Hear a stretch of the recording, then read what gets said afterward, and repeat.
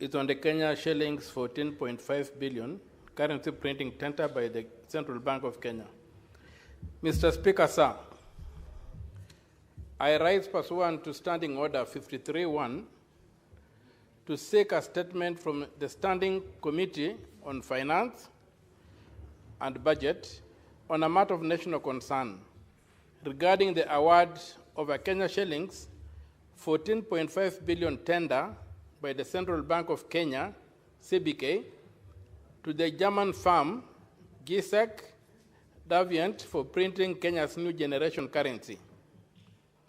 Mr. Speaker, sir, the 2024 Auditor General's report flagged irregularities, including failure to appoint a special procurement committee, lack of oversight by the Public Procurement Regulatory Authority, PPRA, and absence of supplier vetting or market assessment. While CBK cited approvals from the National Security Council and other agencies, these explanations were found unconvincing, given that the CBK is not a national security organ under Article 239 of the Constitution. Notably, in 2005,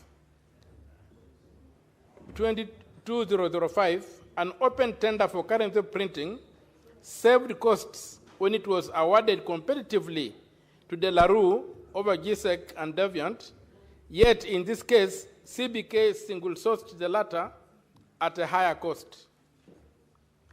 In the statement, the committee should address the following: whether CBK had approval from the Cabinet Secretary, National Treasury, for classified procurement of currency printing, and whether this specific procurement was part of an approved classified list under Section 90 of the Public Procurement and Asset Disposal Act, PPADA, of 2015.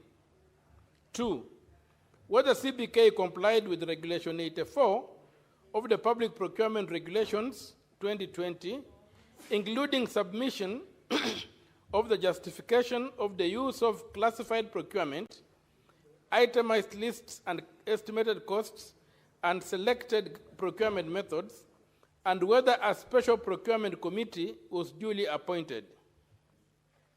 Whether CBK's accounting officer submitted the required procurement report to the Cabinet Secretary, National Treasury, and the Public Procurement Regulatory Authority as mandated under Regulation 84(11), and whether the selection criteria for the supplier was documented and justified.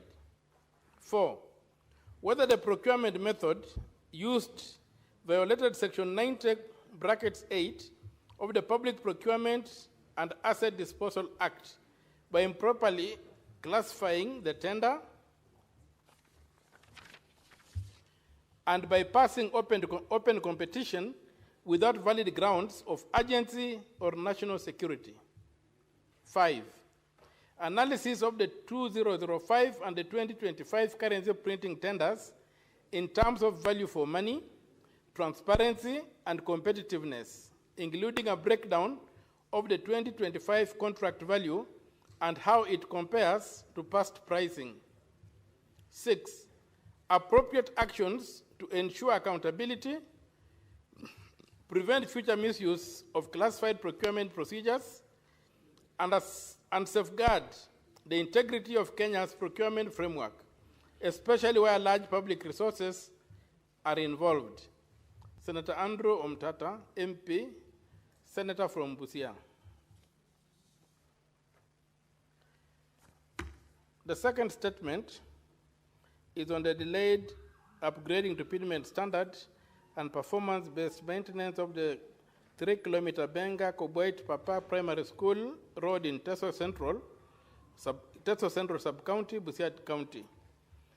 Mr. Speaker, sir, I rise pursuant to Standing Order 53(1) to seek a statement from the Standing Committee on Roads, Transportation and Housing on a matter of county-wide concern regarding the upgrading of the 3-kilometer Benga Akobwait Papa Primary School Road in Teso Central Sub-County, Busia County.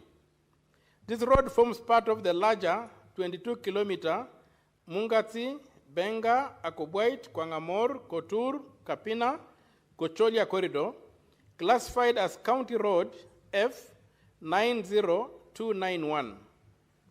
The works were to include upgrading to bitumen standard, a 10-meter reinforced concrete bridge, installation of road furniture, and performance-based road maintenance brackets (PBRM) elements. Despite the Kenya shillings 150 million allocation by the Kenya Roads Board, KERA awarded the contract to Messrs. Swami Investments Limited for Kenya shillings 108.87 million. The project was due for completion in June 2023, but has stalled, with the contractor repeatedly abandoning the site and failing to deliver key components. A demolished bridge remains unreplaced, and a temporary wooden structure has collapsed several times, causing injuries and death. Completed sections are dangerously narrow, with environmental degradation from unclaimed barrow pits. Suppliers remain unpaid, and serious irregularities, including a Kenya shillings 41 million gap between allocation and contract sum, have been reported. In the statement, the committee should address the following. 1, the procurement process and whether due diligence was followed in the appointment and capacity evaluation of the contractor, including the validity of the performance guarantees. 2, the status and intended use of the unaccounted balance of Kenya shillings 41,128,799 shillings and 60 cents in relation to the budgeted allocation and the contract sum. 3, whether there has been value for money in the works completed thus far, considering the delays, poor quality, and safety concerns. 4, whether all local suppliers have been compensated and, where applicable, the payment of accrued interest due to delayed settlement. 5, completion plan, including a firm timeline for delivery of the pending works to ensure the community has a functional and safe road. 6, measures against all individuals or institutions whose negligence or misconduct has compromised the project, and appropriate compensation for the persons injured or killed due to the current unsafe state of the road. Senator Andrew Mtata, MP, Senator from Busia County. Statements pursuant to Standing Order 56. The last statement, I had 3. Oh, you still have one more? I have one more. You may proceed, Honorable Senator. Thank you, Mr. Speaker. The third statement is on the deplorable state of infrastructure, drainage, and sanitation in Nairobi City County. Mr. Speaker, sir, I rise pursuant to Standing Order 53, Clause 1, to seek a statement from the Standing Committee on Roads, Transportation, and Housing on a matter of county-wide concern regarding the deplorable state of infrastructure, drainage, and sanitation in the city of Nairobi. Mr. Speaker, sir, Nairobi as the administrative, political, and economic center of Kenya should reflect our national dignity and progress. Unfortunately, the current state of roads, stormwater drainage, waste disposal, and sanitation paint a grim picture of neglect and mismanagement.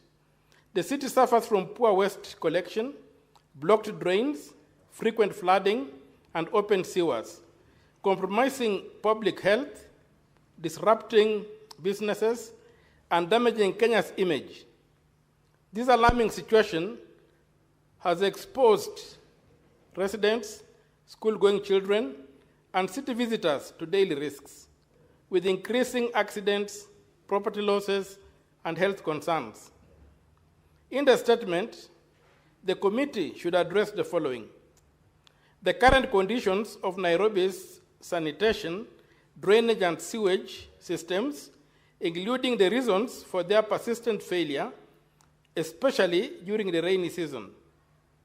The total amount allocated and spent from the financial year 2019-2020 to date on drainage works, waste management, and road maintenance in Nairobi's Central Business District and its environs. The list of contractors and companies engaged in these works, including how they were procured and how much each was paid. The reasons for delayed or unresponsive repairs of open manholes, blocked drains, and potholes in areas of high pedestrian and vehicular traffic. 5, the emergency and long-term measures being implemented by Nairobi City County and the Ministry of Roads and Transport to resolve the recurring problems of urban flooding, sewage overflows, and deteriorating road networks. Senator Andrew Omtata, MP, Senator from Busia. Thank you, Mr. Speaker, sir. Statement pursuant to Standing Order 56.1B, the Chairperson Standing Committee on Agriculture, Livestock and Fisheries.